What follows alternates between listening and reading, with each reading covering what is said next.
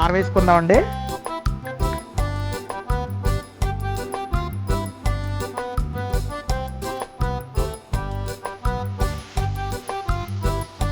సరిపడా వాటర్ వేసుకుందామండి.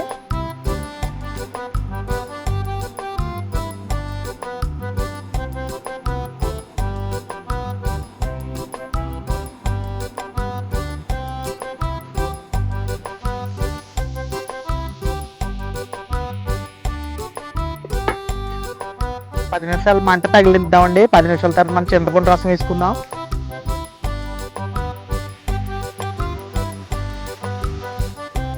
చింతపండు అండి 50 గ్రాములు చింతపండు, 2 కేజీలు సిలావత్ అండి. ఇది చింతపండు వేసుకుందాం.